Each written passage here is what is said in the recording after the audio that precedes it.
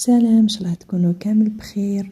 نقولوا رمضان، نقولوا الفريك، نقولوا التوابل. اليوم جيت باش نوريكم واش لحقني مع التوابل مسيله.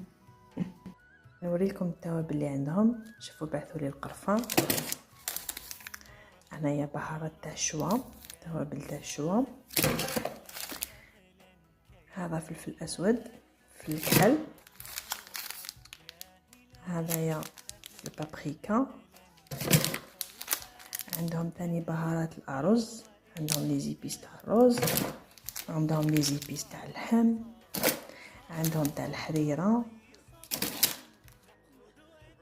هذوما تاع بطاطا مقليه، وهذوما هذا الكوري، عندهم فريك، وعندهم الكسكس.